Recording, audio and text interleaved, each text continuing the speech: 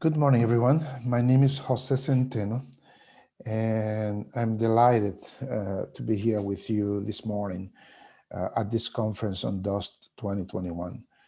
I would like to take the opportunity to express my appreciation to my dear friend and colleague, Saverio Fiori, and his remarkable team of the organizing committee for inviting me to be here this morning and to talk to you about this area of medical geology and atmospheric dust. I would like also to take the opportunity to express my appreciation to the National Research Council of Italy for their support and efforts in organizing this series of conferences. This is the third conference in the series of conference in dust that Saverio began a few years ago, and they have been a great success. And I'm very sure that this conference today, Dust 2021, will be another great success for this conference series. I personally need to apologize to you because I was hoping to be there in Italy, the beautiful city of Bari, and be with my friends during this conference. But I was not able to do so. But I hope to meet you at the next conference in next year or in a couple of years.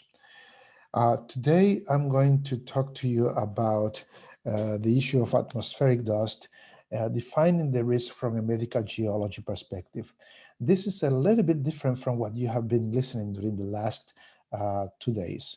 I'm going to take a little bit of a different path and describe to you what medical geologists do and what we do in terms of looking at this particular area of atmospheric dust and exposure to mineral dust. Medical geologists are a scientist that looked into the different areas: toxicology, epidemiology, earth sciences, geoscientists, public health. And the goal of medical geologists is to demonstrate the links between environmental health and human health. And the studies that we conduct, not only here in looking at atmospheric dust, but the study that we conduct in different areas of environmental health, earth sciences, and human health, the goal is to improve health outcomes, to provide resilience to these environmental risk factors that we may be exposed to, and then also ultimately is to provide a pathway for a sustainable society. So today, what I'm going to do is to take this route of looking at, from a medical geology perspective, the risk from exposure to atmospheric dust. I am not alone in this area. I would like to mention the group of colleagues and friends that through the years we have been working together in this particular area of atmospheric dust, mineral dust, and looking at how to better understand the health issues and the public health issues associated with this type of geological phenomena. First, I would like to acknowledge the contributions by Saverio Fiori, my friend from Italy, and the chair of this conference. Jeff Plumley from the U.S. Geological Survey. Jeff is a geochemist who has been involved in looking at the in vitro toxicology and geochemistry of dust by looking at simulated body fluids and looking at this type of how to implement this type of research to understand better the geochemistry and the health issues associated with dust. Phil Weinstein and Angus Cook, they are two colleagues from Australia. These are they are both epidemiologists who have been involved in looking at the epidemiology of dust exposure in populations, not only in Australia, but around the globe. And also my friend Dale Griffin, a geologist, but also a microbiologist, who has been working very extensively in the area of the microbiology, understanding the pathogens and microbes that dust may carry across continents. My colleague Mark Lyles from the US Navy also has been working in trying to understand more about the areas of microbiology, pathogens, and the inorganic composition of dust, particularly in desert areas where we actually have US troops being deployed to those areas. So Mark has been a key player and a key contributor to this part of our research in dust. Claire Howard is a recognized, worldwide recognized scientist looking at the health issues and the geochemistry, particularly of volcanic emissions and volcanic dust. We are delighted that Claire has been also contributing to this research, as well as Edward Derbyshire from the one of the co-founders of the International Medical Geology Association, and a researcher in the UK looking at the dust that has dispersed or generate from the Gobi Desert. And my friend Bob Finkelman from the University of Texas at Dallas, dealing with also with the study of the geochemistry of dust. Of course, this research has been, I would like to acknowledge the support that we have received from the International Medical Geology Association, as well as the International Union of Geological Sciences, specifically the Commission on Geoscience for Environmental Management, that has provided a substantial level of support to build capacity in areas across the globe where dust is a major public health issue. And then recently, the International Environmental Health Science Consortium, who has provided support by the development of centers of excellence in different areas around the globe to study the exposure to dust and the populations that are at risk from this geological event.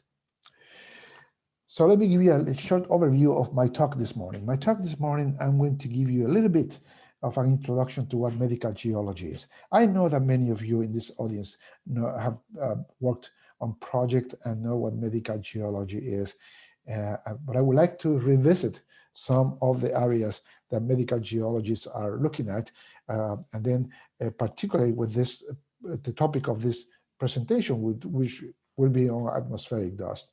I would like to describe in a little bit more detail the impacts to human health from dust exposure. And I will, one of the areas, or a few of the areas that we would like to review very quickly will be potential sources of exposure, key variables that we need to consider when we look at the exposure to, let's say, between anthropogenic and occupational exposure to dust versus the geogenic or natural exposure to dust. Responses that have been put in place to deal with this type of natural and anthropogenic emissions, as well as what I call either could be a re-emerging or emerging issues in the environmental and toxicological pathology of dust that are related to the health issues that associated with the exposure to these materials. And I want to take the opportunity just very briefly to give you two examples, two very quick examples about the health impacts from a medical geology perspective. Two research cases that are being studied by medical geologists and that bring together this community to look at this particular issue and what we are actually researching and putting together for as a community of scientists and medical geologists. And I want to take the opportunity then to also give you my thoughts about what are the future challenges that we may face in this area of work, in this particular area of research. This will be both a a view of future challenges, but at the same time, an invitation for you to think about how we can continue contributing to address the issues associated with exposure to dust and health issues that comes out of those exposures. So let me just give you a very quick overview about what medical geology is. Medical geology is defined as the science dealing with the relationship between geological materials. By that I mean soils, air, water, and geologic processes like earthquakes, landslides, volcanic emissions, and their impacts on health problems in human, animals, and even in plants as well. So medical geologists, the scope and range of medical geology include identifying and characterizing the natural sources where these harmful materials may be present and in the natural environment. Learning how to predict the movement and changes or alterations of chemical, biological, infectious, and that agents that may cause this, that may be disease-causing agents. But as I mentioned during my introduction, the goal of medical geologists is using this type of approaches and this type of information to demonstrate the link or links between environmental health and human health through studies that are aimed at improving health outcomes, develop resilience to particular environmental risk factors, and then also provide a pathway through this research and collaboration for a sustainable society that provides a better way to protect our populations from exposure to these environmental issues, and in particular to the one that we are talking today, to environmental and atmospheric dust. So medical geology, many of you already know that this is a multidisciplinary discipline.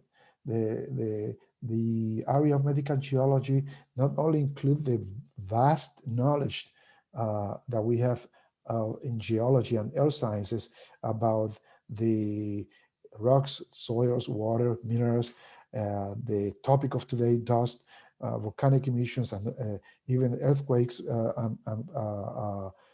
geological processes, but also the tools that we use in geology, geographic information systems, maps, all these kind of tools that are available to us through geology to understand the distribution, the geochemistry of and environmental geochemistry of these geologic materials and geologic processes.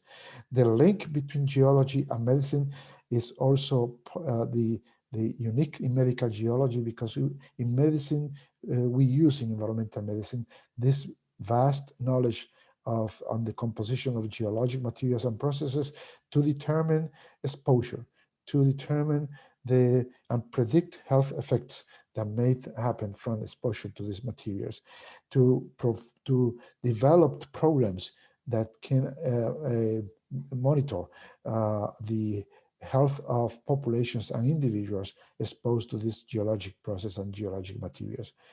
But in addition to that, to geology and medicine and public health, there is an area that is very key to medical geology, which is geography, is the use of spatial analysis or geographic information systems to be able to identify areas that are maybe otherwise silent from the incidence or the presence of different health issues associated with exposure to geologic factors and geologic materials. This area of geography allows to overlap, let's say, information that we have in registries of morbidity and mortality with the geochemical composition of the region, so we can understand the impact of environmental factors on human health. So this is a very unique approach and unique way to look at public health, environmental medicine, and earth sciences as a composite of medical geology. The topic of today, dealing with atmospheric dust, was very well described a few years back by Sir Richwell. In the context of medical geology, this is one of the best descriptions that I have seen about the, the, the, the, the global impact of this natural process or natural event. As described by Sir Richwell, he described and indicated that the intercontinental nature of the Earth system is wonderfully illustrated by the diverse roles played by atmospheric transport of mineral dust. Dust, they are formed biogeochemically, links land, air, and sea. So this is a paramount global issue that links every continent, every, land, air, and sea, and illustrates the way in which geology and environmental medicine interacts to understand the impact of this type of events. Just to give you an idea, I am currently recording this presentation from the island of Puerto Rico. I am doing some studies in the island of Puerto Rico and dealing with dust, the African dust that comes through the months of July through November, through the Atlantic and the Caribbean islands. And in this particular case, here is the island of Puerto Rico right there. And you can see that this is huge dust coming from the African Sahara Desert, basically blanket the entire Caribbean area here in this part of the world. This was taken, this photo actually was taken in June 22nd of 2020. But today, as I am recording this presentation for you, right now out of my window, there is another African dust cloud coming through the Caribbean. It has been here for the last 4 days, covering this area.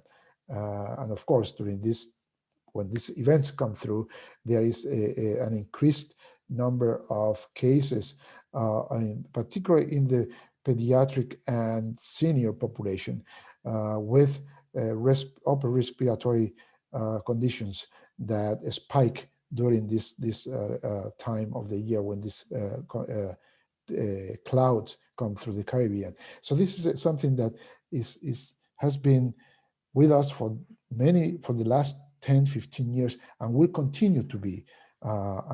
We need the need is to be able to develop studies to better characterize these events and develop studies to provide ways to protect the population from these natural events. Just to give you, before we go into the more on the medical geology aspects of this talk, I would like to discuss with you very briefly some of the definitions and areas that are of importance for not only to medical geologists, for everyone researching in this particular topic. First, in terms of definitions, you are going to see that I refer sometimes to particulate matter, meaning that I'm referring to particles specifically that are in the range of 2.5 microns or less. But then also I refer to dust. And when I refer to dust, I am basically implying more of not only particulate matter composition, but also I am implying in terms of volume, volume of particles, volume of dust.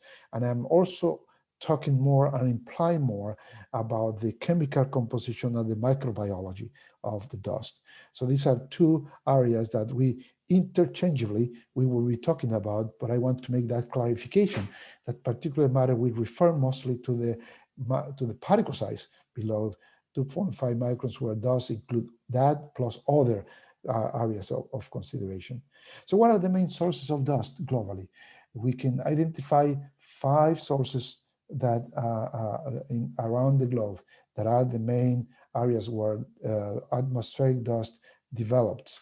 From the deserts of North Africa, the Arabian Peninsula, the arid or semi-arid areas of Australia, South America, for example. This is very prevalent in the Amazon area of South America, as well as in the Gobi and Taklamakan deserts of Asia. What are the global impacts? Well, these global impacts, many of you already have researched and know this, but they can be both beneficial and or detrimental for health and the environment. For example, from the published literature, we know that Asian dust storms bring crucial nutrients to Hawaiian forest, while other, and even here in Puerto Rico, some of the Sahara dust also has been studied as bringing some particular nutrients to the rainforest that is that is unique for this island in Puerto Rico. Other events may also transport not only pathogens around the world, but also that can potentially spread diseases, but also there are events, dust events that can accumulate toxic elements or bring toxic elements such as arsenic, mercury in soils and biota in the that can accumulate in the soils and the biota in the Western Atlantic Ocean. And this particularly has been associated with transoceanic dust stemming from the Sahara Desert. Of particular interest to us as well is when we look at the sources of dust globally, from where they are, what are the major contributors to this? And the major contributors to global dust is, for example, the African deserts has now been known to be a source of about 50 to 70% of this type of global dust, and the Asian deserts about 10 to 25% of that. Now, I mentioned to you that as you look at the health issues associated with the exposure to dust, there are key variables in relation to health that, as toxicologists, epidemiologists, or even air scientists and geochemists, we need to realize when we discuss the health impacts of dust. And there are 3 main variables that I always talked about. One is the environmental mechanisms, from where the dust come from. What is the mechanism of the dust in terms of the environmental sources? Well, it could be, of course, anthropogenic, man-made, or it could be as well as occupational. For example, the mining industry is considered to be more of an occupational source or mechanism was exposure to dust. But also, of course, is the one that we are more concerned in medical geology, which has to do with the geogenic and the geochemical environmental mechanism of sources of dust. The other variable for us to consider is the exposure pathways. Well, if you look at the medical and toxicological literature, the exposure to dust from anthropogenic or man-made, the exposure pathways are very well defined and very well discrete and much better addressed when you look at the anthropogenic or the occupational exposure. It's not the case when we looked at the geogenic natural exposure. The exposure pathways from geogenic dust, atmospheric dust, are much more diffused and mixed and more complicated, more complex in terms of determining the exposure pathways.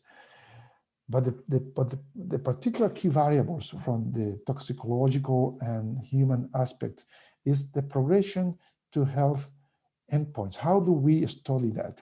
Well, in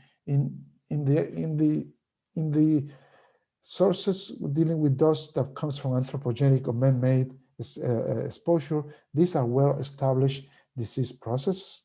We recognize many health issues, many associated with lung pathology, with lung toxicology, like pneumoconiosis, like sarcoidosis, and even the particularly occupational areas like black lung disease, which has been described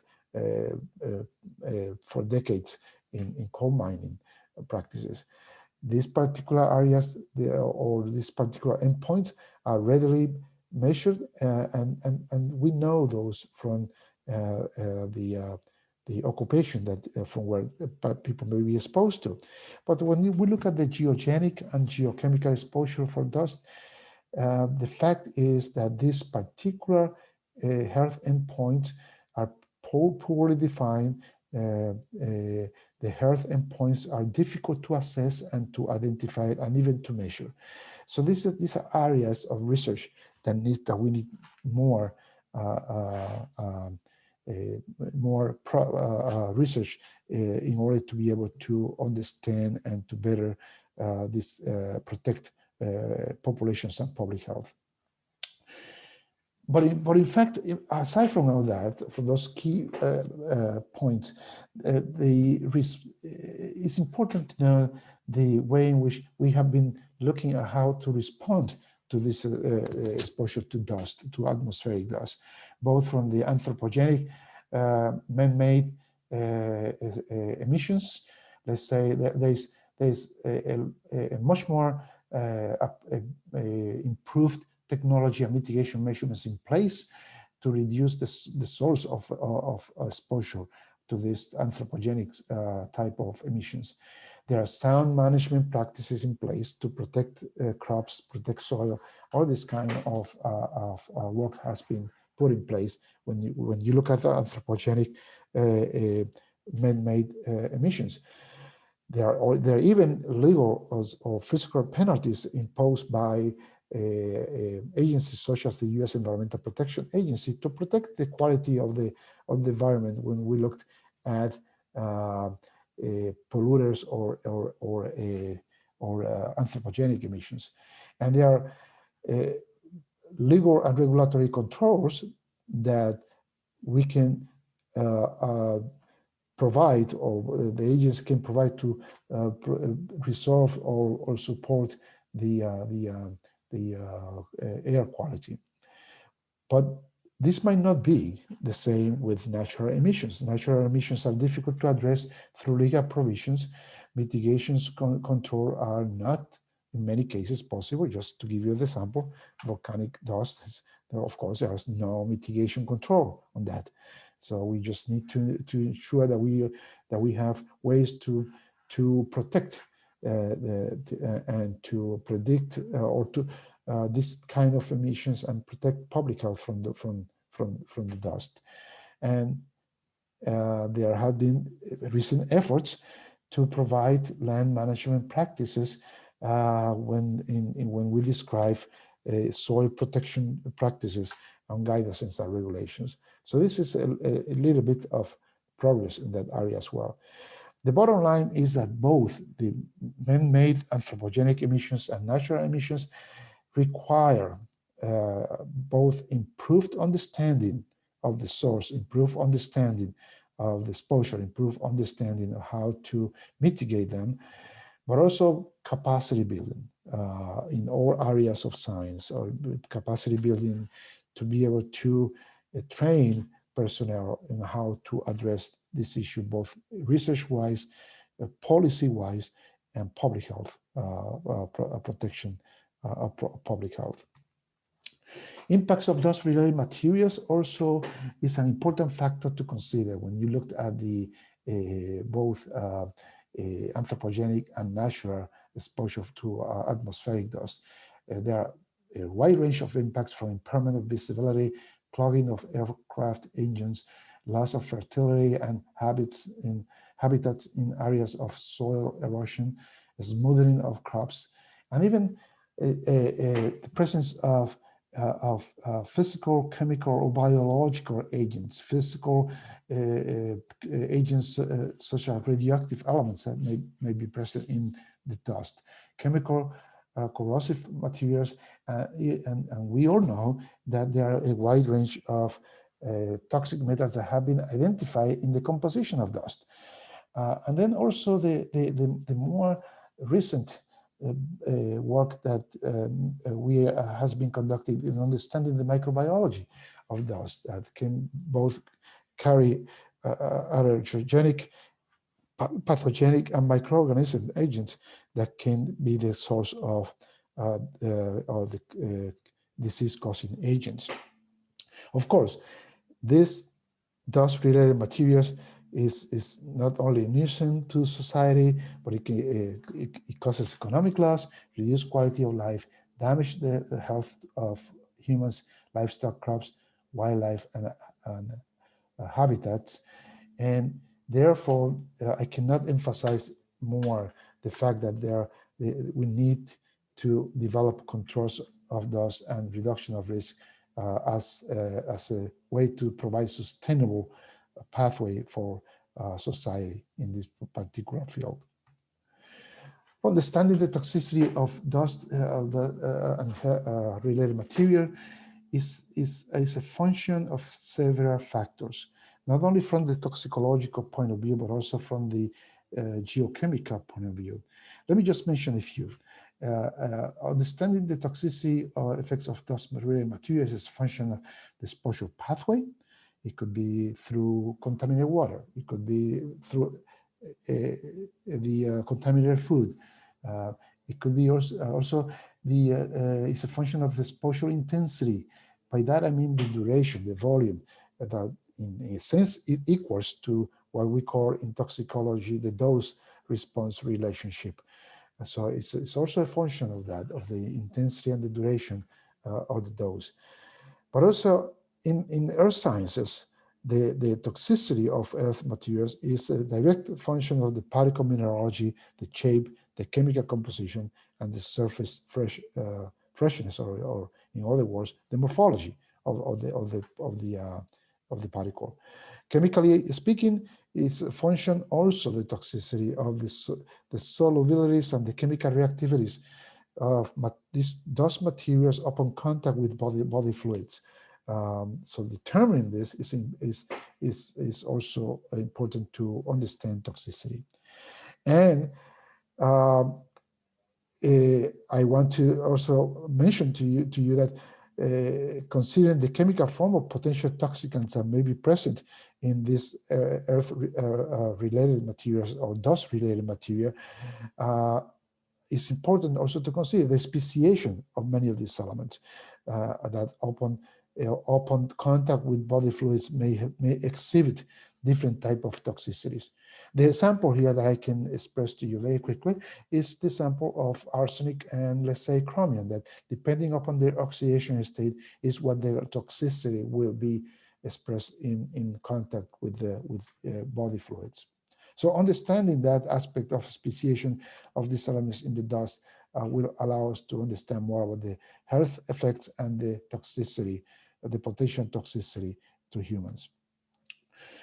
First, at the individual level, understanding toxicity of dust-related materials is also a function of individual absorption, distribution, metabolism, and how this toxicant may be eliminated from the body upon exposure.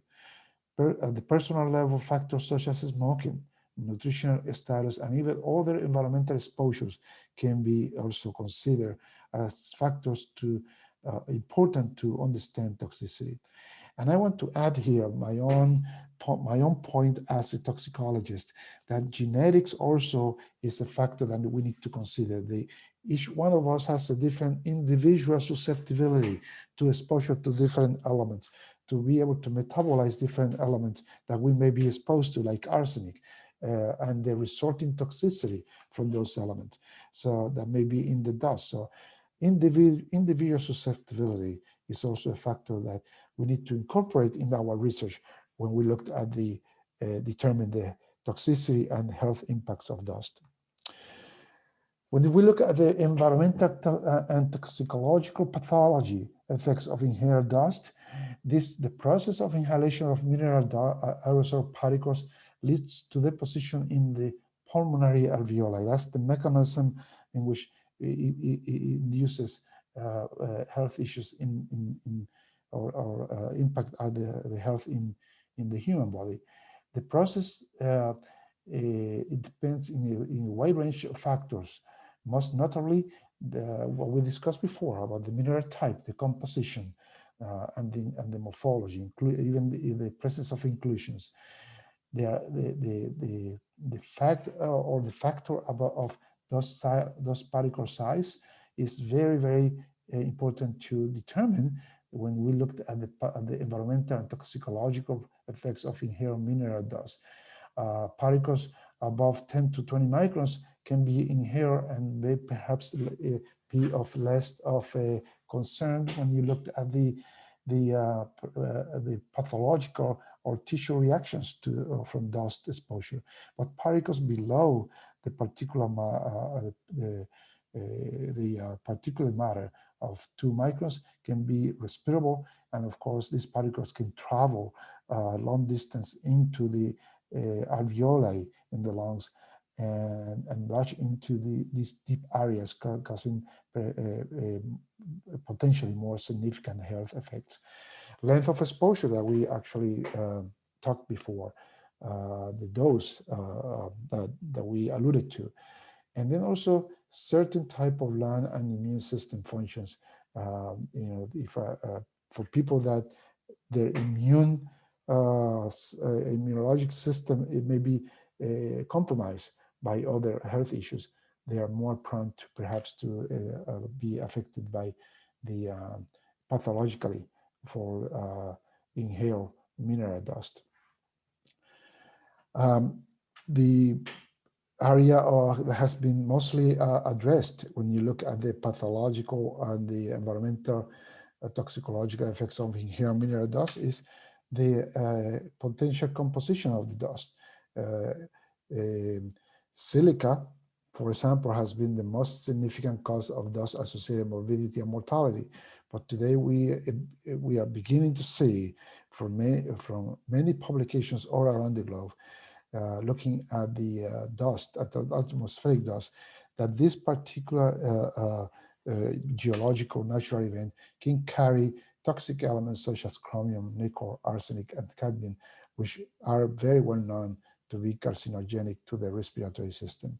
But in addition to that, dust may also absorb harmful gases, disease-generating bacteria, and even carcinogenic hydrocarbon compounds that may also be of concern when considering the determination of the health impacts of dust. So let me take just a few more minutes to talk to you about, very quickly, about two cases, two medical geology cases that addressed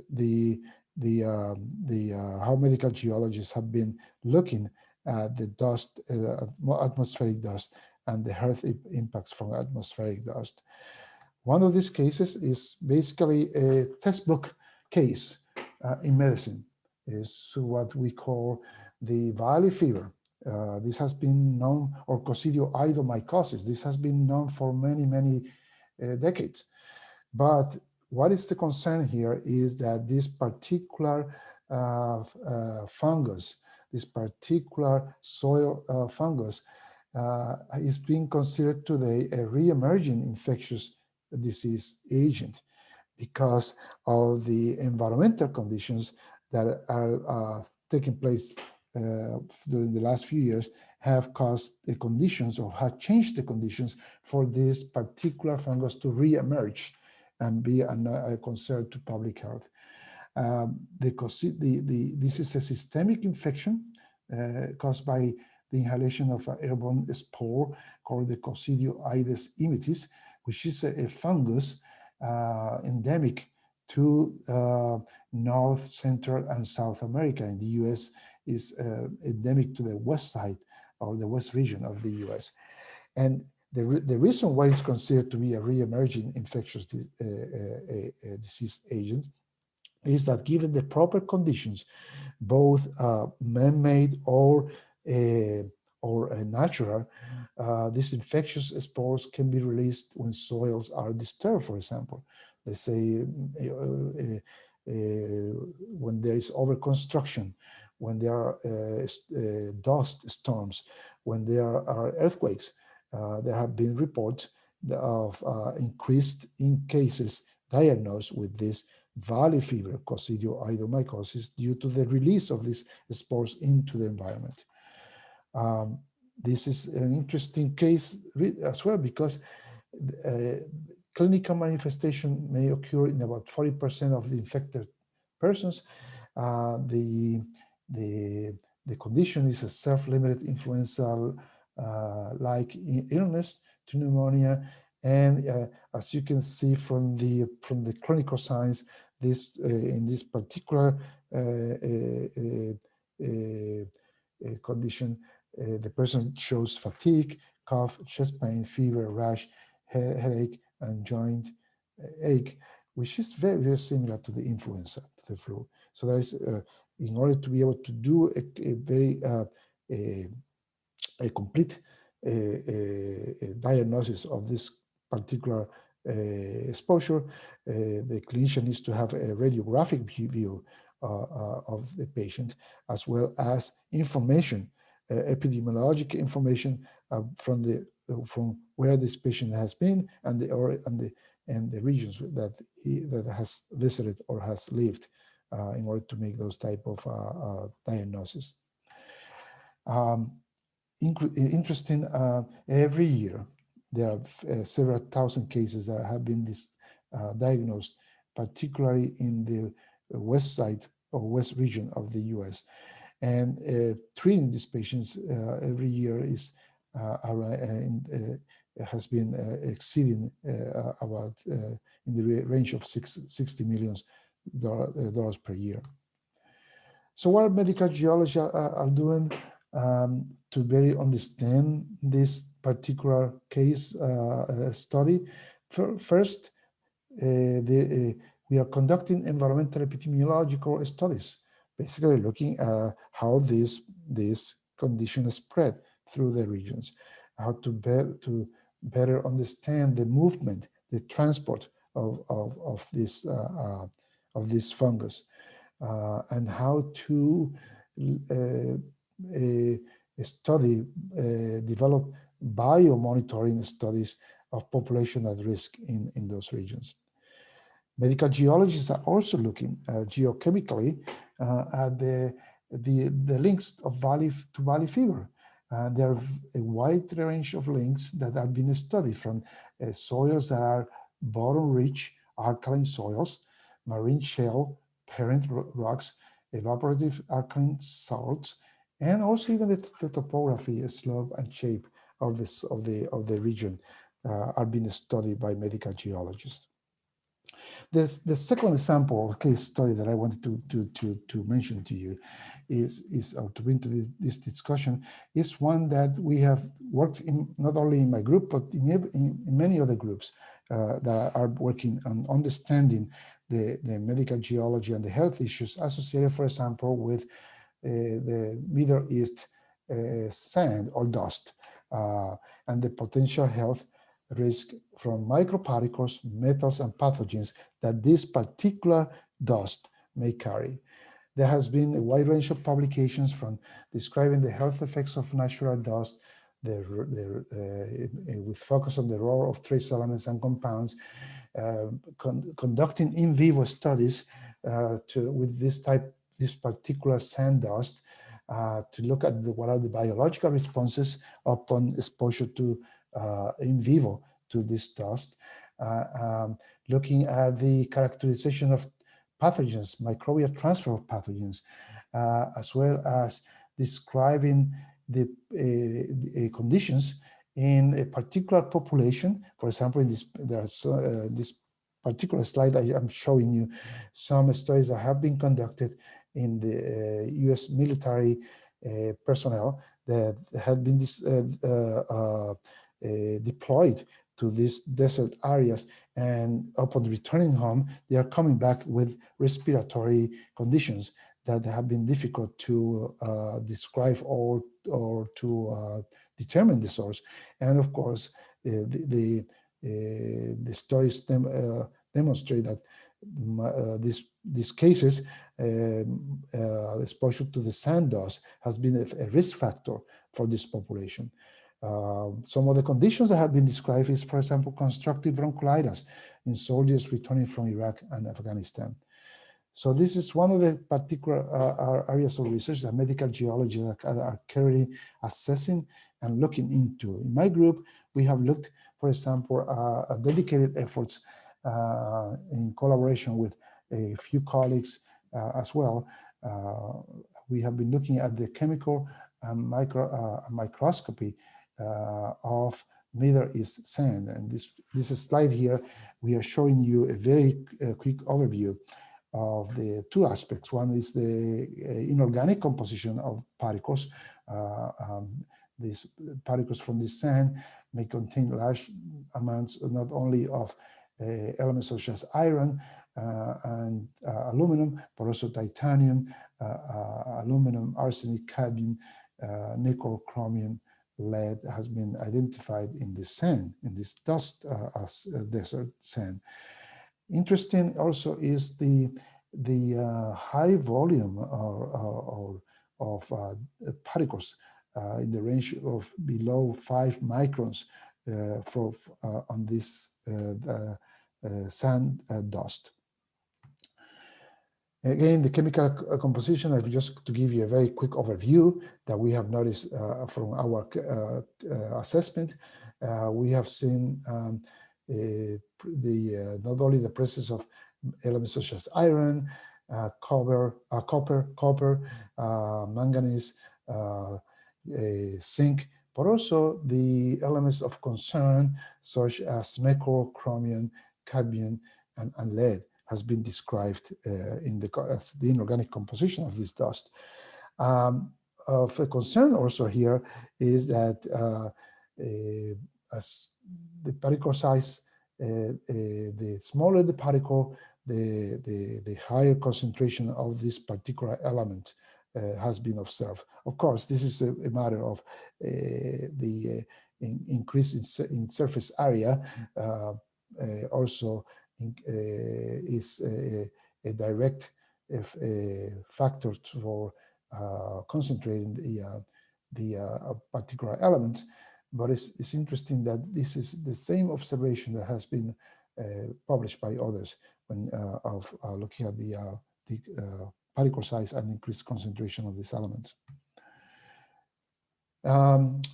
Just to give you a very quick overview about the summary of the microbiology that we have done in this sand dust. Some of this information support the idea that these particles may contain or may carry pathogens, microorganisms that are may be associated with upper respiratory conditions, and from different type of bacteria, from the bacillus to some bacteria that make Neisseria meningitis, as well as others that can be a risk factor in populations that may be exposed to this dust. A final observation is on these studies is one piece of information that my colleague Mark Lyons shared with us about his study together with Dale Griffin from the U.S. Geological Survey about the potential way in which bacteria may be mobilized or transported by these particles. The idea here is that there are bacteria in these particles that may be protected by layers of calcium carbonate, and that may be protected from the environmental factors and may mobilize throughout the region. This slide here show you using the light microscopy. This photo show you dust particles that appears to contain numerous bacteria, particularly in the core, right on the surface of the particle. The fluorescence dust on the particles are single or grouped bacteria, and the very fine fluorescence dots on the on the uh, on the right hand side of the slide maybe are virus-like particles. So this is a concern for everyone conducting research in this area, because this provides support the idea that these microorganisms or pathogens may have these those particles may have the capability of mobilizing bacteria in their core through the composition of or the cover of calcium carbonates. What are the challenges and solutions for the study of dust-related health problems? Well, very quickly, in the sense, this is a call for us to consider this integrating our research as part of medical geology research. This calls for integrating environmental health issues, public health policies and research, as well as health sciences. And there is a wide range of needs that we need to address with our research. The first one is providing better techniques to characterize earth materials geochemically and the mineralogy. This can be done also by conducting in vitro extraction tests of earth materials using simulated body fluids and analyzing in vitro cell lines cultured those with earth materials to determine the absorption, the retention of earth materials in simulated fluids that can be used to understand toxicity. This particular area of research is aimed as well to move away, if you will, from the use of in vivo animal models that have been used in the past as a way to determine the uptake and the effects of earth materials in vivo systems. This is the use of in vitro cell lines is a way for us to move away from that particular way of research, which, by the way, is being reduced in the U.S. And in many other countries in the European Union. Also part of this effort, integrating environmental health, public health, and earth sciences, is analyzing forensic pathologic samples that may be available from populations that have been exposed to earth materials or dust. It's very important to understand, if these materials are available, to understand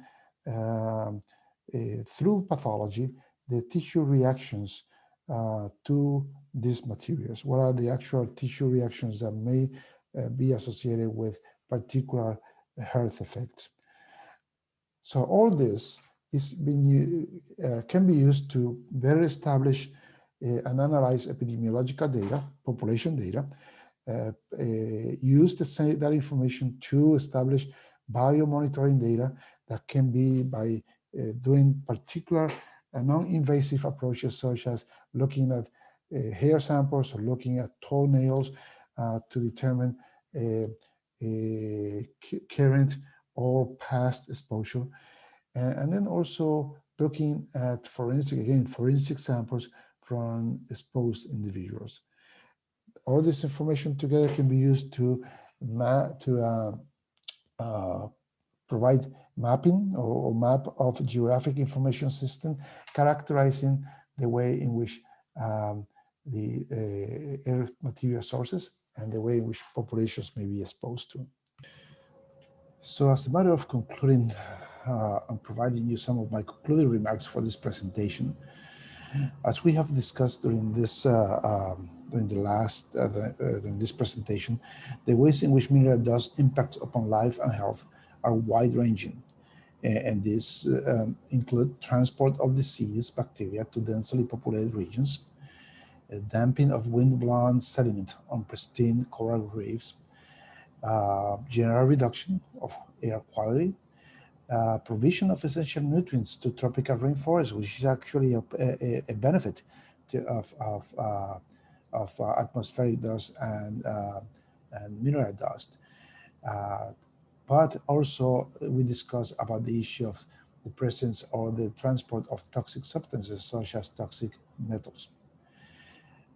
Dust may be mobilized not only by natural events, but also by man-made events. And that's why it was important for us during this presentation to actually distinguish or describe both the anthropogenic man-made sources as well as the natural geogenic sources of atmospheric dust.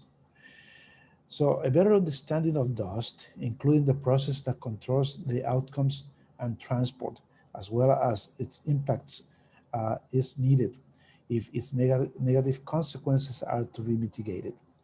Identifying and controlling at least those due to human activities, in my mind, will be a good start to this to accomplish this type of activity.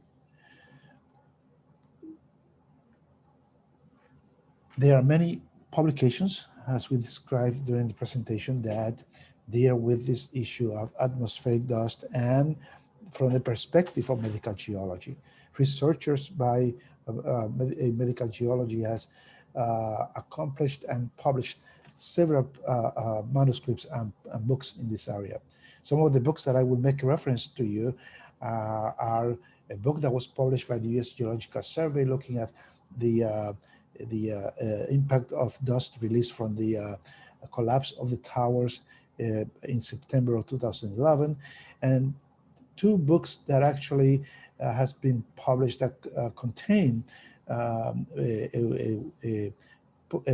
research and also projects that have been developed through this area of dust and atmospheric dust.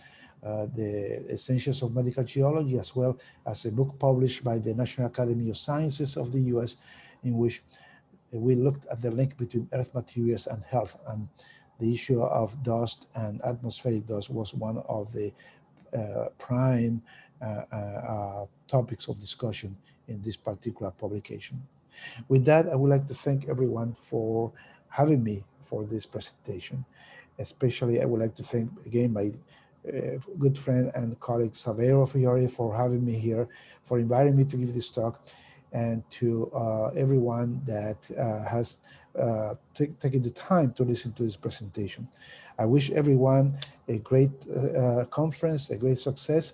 I know that after this lecture, you are going to the beautiful city of Arbelo, and wish you good travels and enjoy your trip to Arbelo. And again, thank you for having me.